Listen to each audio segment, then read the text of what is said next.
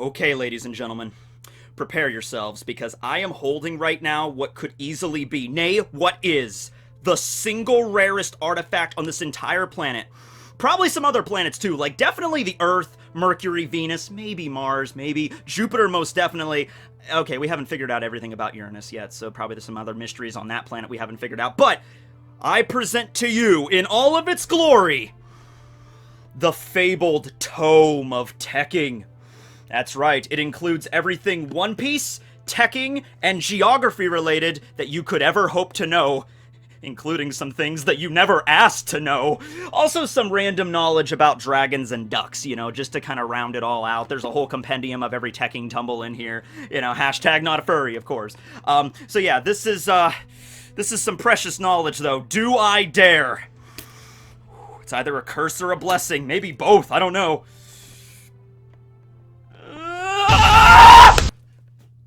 It was too much for Pudding! She couldn't handle it! No! Alright, anyway, so this isn't actually a book. It looks like a book on the outside, which makes it look really cool. But on the inside, it's actually a dice box, you know? Stefan, he's the one that made this. He's a fan of mine. He sent this to me. Made this whole thing himself, which is incredible. Really awesome piece of woodwork, so thanks to Stefan. I'll also be bringing this up in a fan mail segment, but I wanted to spotlight it here, because what can you use books for? Well, you could use them for a bunch of things. In fact, I just like the fact that I can do this now. I could be like, I am a badass anime character that carries a book, just like all the other really crazy characters that use books. Like, well, Montdor from One Piece. Montdor uses books. Everybody wants to be like Montdor, right? What about Maka from Soul Eater? She does the Maka chop with a book, yeah. Oh, Lavenza from Persona 5 Royal. I mean, it's also an anime, but just play the game. But yeah, look at her. Yeah, she has a book, and she is like the toughest boss in the entire game. She will kick your ass so many times with that damn book. You're gonna forget the fact that she's like, oh yeah, just a whatever little girl wearing a blue dress. Yeah, she's also got a chainsaw, so yeah. Who else uses a book? Tsukishima, although Tsukishima doesn't really use a book, he uses a bookmark, so, you know, it doesn't really the same kind of...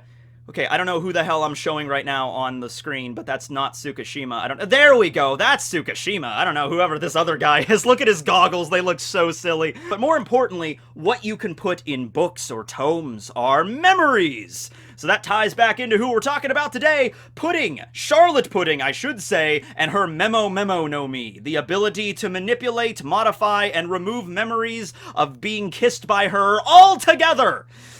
That was kind of a stretch to include the book, but I really wanted to include the tome. All right, we're just going to set the tome up over here. Okay, that looks pretty cool. All right, don't fall down, please. Okay, so anyway, yes. The Memo-Memo no Mi was used by Charlotte Pudding, the 35th daughter of Charlotte Linlin, of course, the Yonko. Played a rather pivotal role in the Totland arc. Well, did it? Did it really? I think the most pivotal role it actually played was at the very, very end when Sanji, you know, finally got to kiss the beautiful girl, and then she immediately removed the memories, which, by the way, at the end of the day, might have actually been okay because she was 16 years old at the time. So, yeah, maybe that might have been actually better out for Sanji, you know, in that situation, right? But anyway, no. So, beyond that, she used it to modify Reiju's memories, but then Sanji just kind of came into the room and filled her in on the memories that were modified, so that didn't really account for anything. She used them later when they were trying to get away from Whole Cake Island. She used her Flashback Fill technique on all the homies in the forest so they could remember their previous lives. That kind of stalled them for a little while, the advancing party of, like, Big Mom and everybody, so that helped out a little bit, but beyond that, the fruit didn't really have a huge integral use in the arc, but it is pretty cool, okay? So, how this basically works is Pudding literally takes her hand and then just shoves it into somebody's head, into their brain, and then just rips out a roll of film. Alright, it's not an actual roll of film. It's not like everybody, well, I don't know. I don't know much about human anatomy. Do we have films in our head? Is that how that works? Okay, that's obviously not how that works. That's silly. That's something a child would come up with. Yeah, okay, so no, it's more of like a physical representation of memories, okay, because the whole fruit revolves around modifying memories, so you have to have something to actually, like, hold on to and look through, okay? I guess Oda could have done it in a much more boring way, where Pudding could have just walked up to somebody and, like, touched them on the head or something and just, like, I now know all of your memories, and just like, whoop, he's like, all right, I got everything. I got a copy of all your memories, or touch your head and like, all right, I'm going to remove that memory, delete that one, you know, modify this to this, change this to this, and then do all that kind of crazy stuff. You know, I'm going to repress that, you know, whatever.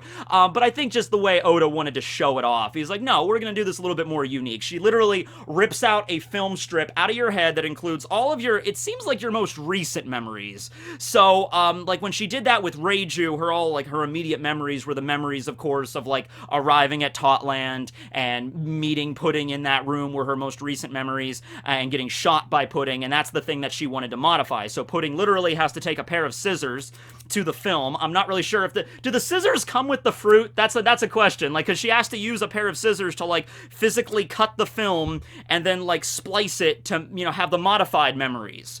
So whenever you eat a devil fruit in the One Piece world, you instantly know what the fruit does. You don't know every little thing that you could do with it. Like when Luffy ate the Gumu Gumu no Mi, it's not like he instantly knew about Gear 4th or whatever. Those are techniques he had to learn on his own. But when you eat a fruit, you instantly know it's like the name of the fruit, so the Gumu Gumu no Mi in Luffy's case, and it allows you to turn into rubber.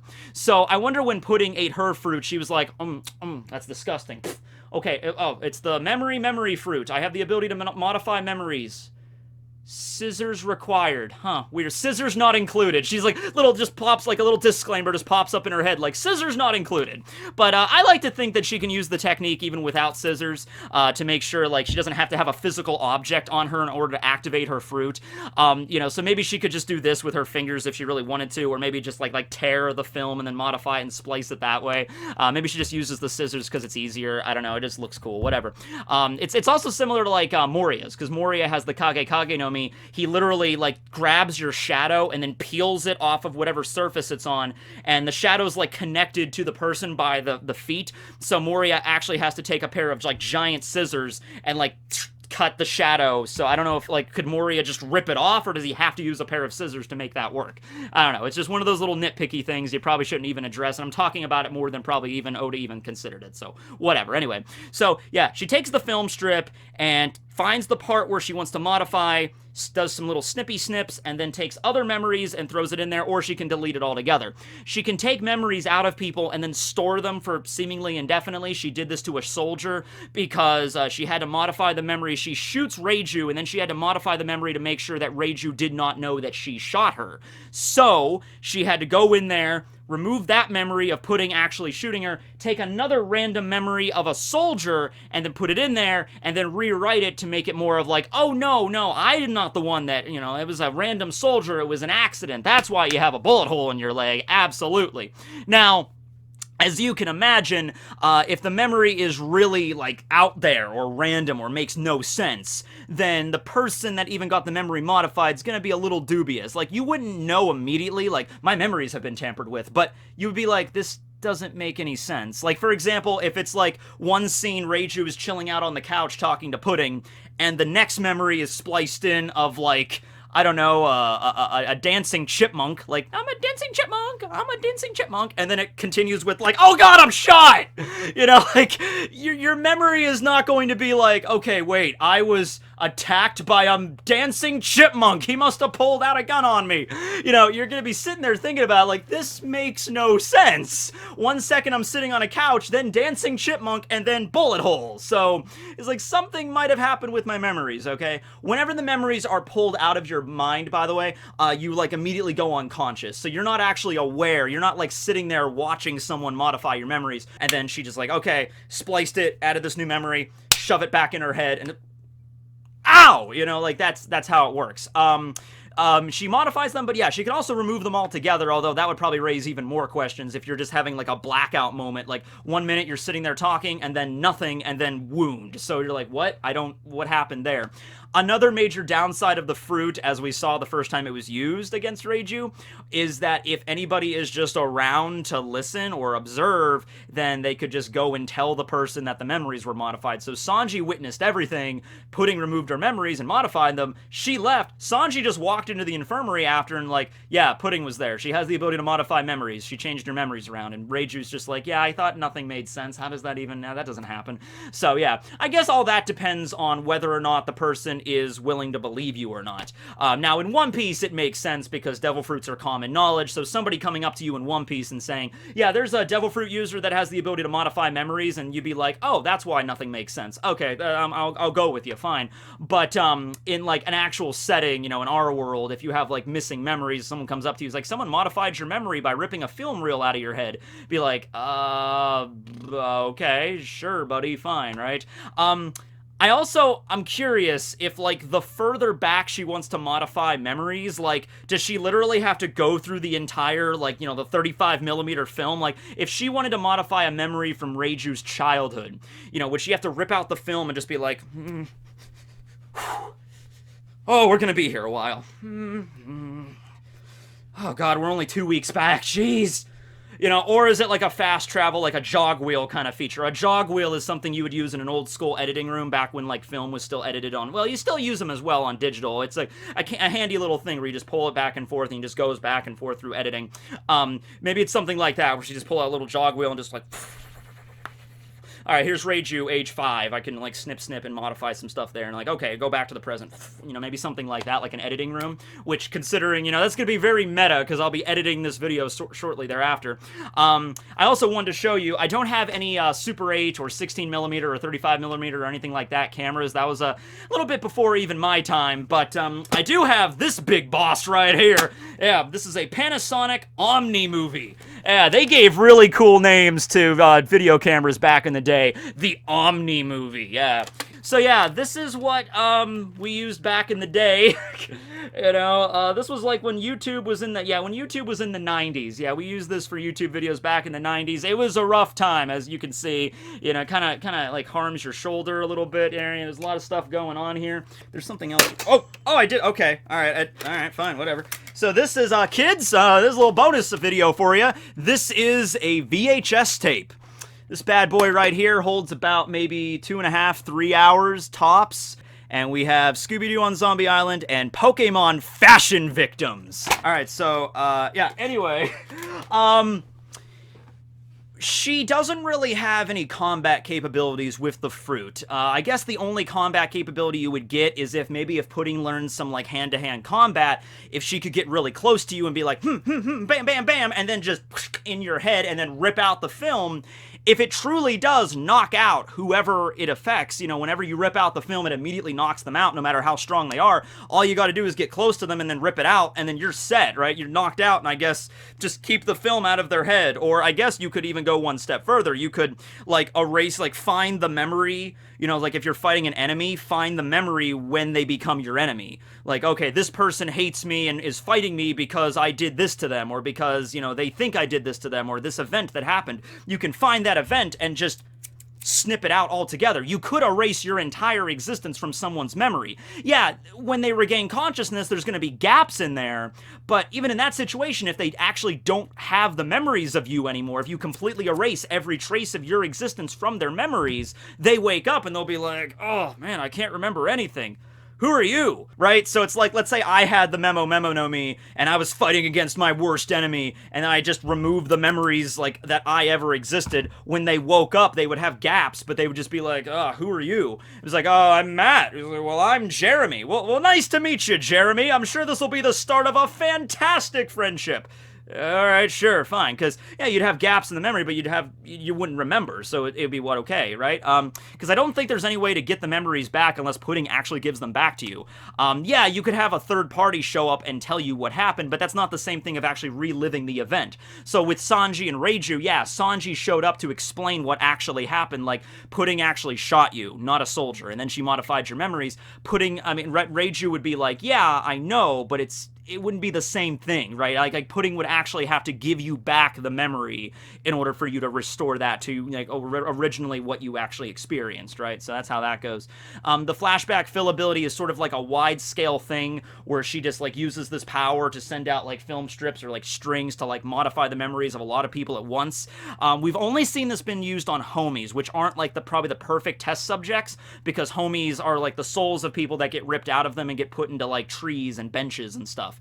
So they have memories of when they were humans, but they're very like repressed, so they're not complete. If this flashback fill ability was used on like random people, like just ordinary people, they would probably start to awaken like repressed memories, or if they forgot something like, oh no, I forgot to buy milk at the store, I need to get there immediately, and then another person is like, oh, thought I forgot that memory when I was like 5 years old. Oh no, why? My dog Sparky died. Why did I remember that just now? You know, like, so that would actually be pretty effectual in combat. I mean, if you had a chance to use it and, you know, the person in question did have some like maybe jacked up repressed memories that could like stall them in the middle of the fight, yeah, that could definitely work there too.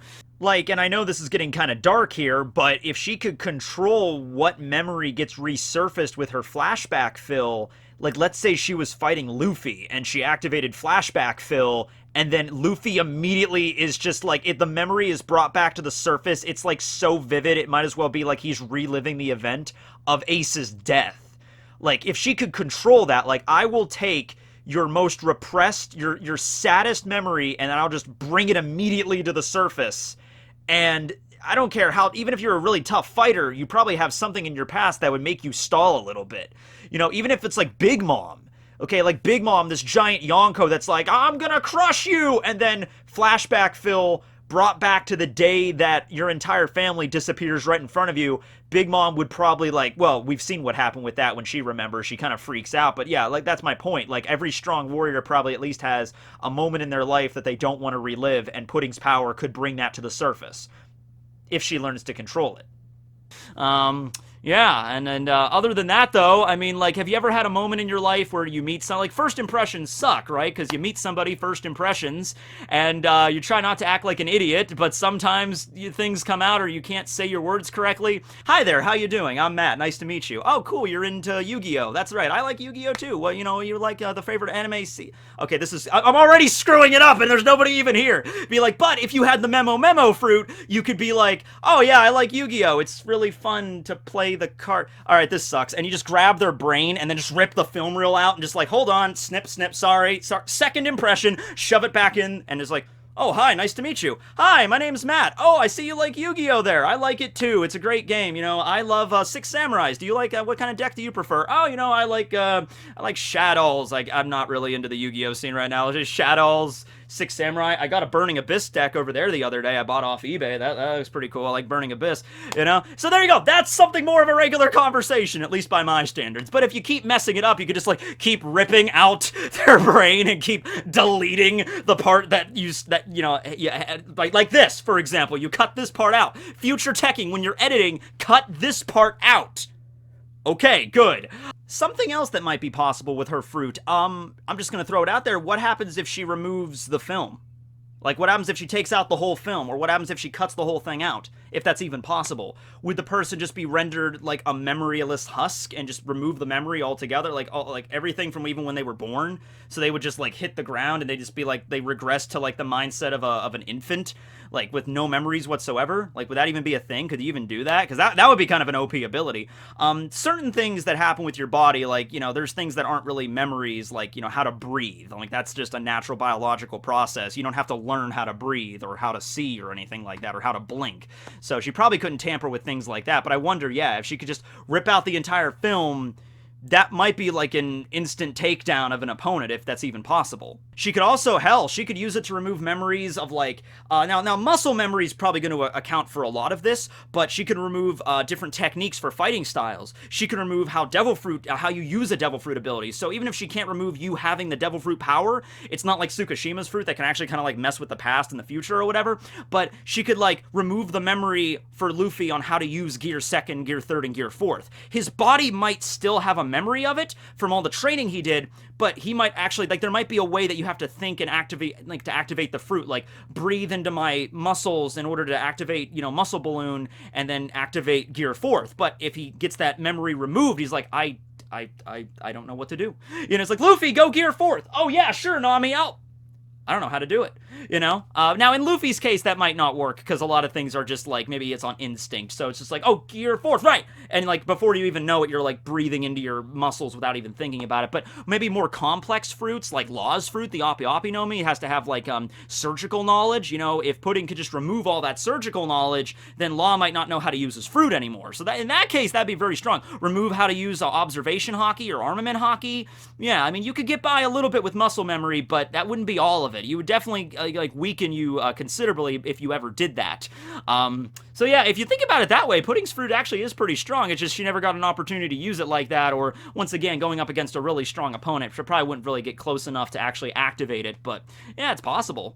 Alright, so yeah, that's the memory fruit. Now, Pudding might be showing up again in the upcoming arc, you know, in Wano. It depends on if they're going to be arriving on the ship to see the alliance between Kaido and Big Mom be announced at Onigashima at the Fire Festival, so possibly we'll get to see Pudding again. I hope we get to see Katakuri more than anything, but, you know, Pudding also had a really big role in that arc, and hey, if you're ever going to have, like, maybe a member of the Charlotte family that's going to betray Big Mom and maybe team up with Luffy and the Straw Hats and the Rebellion, I could see that happening with Katakuri, and I can also see that happening with Pudding, because, you know, Pudding, she had a pretty messed up childhood as well, being made fun of and all that stuff, being called a monster and everything, even by Big Mom, which, you know, that goes against her whole idea. She's a huge hypocrite, because Big Mom's like, I want to have a world where everybody from different races can come together and sit around the table as equals. Oh, Pudding, your third eye! Oh, that's really creepy, girl, jeez. You know, I can't even believe I gave birth to you. Alright, whatever. So, yeah, not really understanding the whole concept there, Big Mom, of, like, equalness, you know, equalness. Okay, edit that part out too, Matt. Okay, cool. Yeah, but she might show up, and she might be like, you know, like Katakuri, like, screw this, I'm gonna hang out with Big Brother Katakuri, and, you know, he's leaving, and if I have him helping me out, then I could leave too, and let's just go, and let's just get away and just defeat Big Mom and open up a new world for everybody involved here, you know, maybe team up with Yamato, Kaido's son at some point, make like an alliance there, get some other members of the Charlotte family, I don't know, involved, Chiffon and Lola might pop in, probably not in this arc, but they might pop in at some point, you know, yeah, I mean, you could do this, definitely, absolutely. Alright, thanks for watching, everybody, this will be Tekking and Barry signing out. Barry, what memories do you got in there, buddy? You know what? I don't want to know. I really don't want to know. Screw it.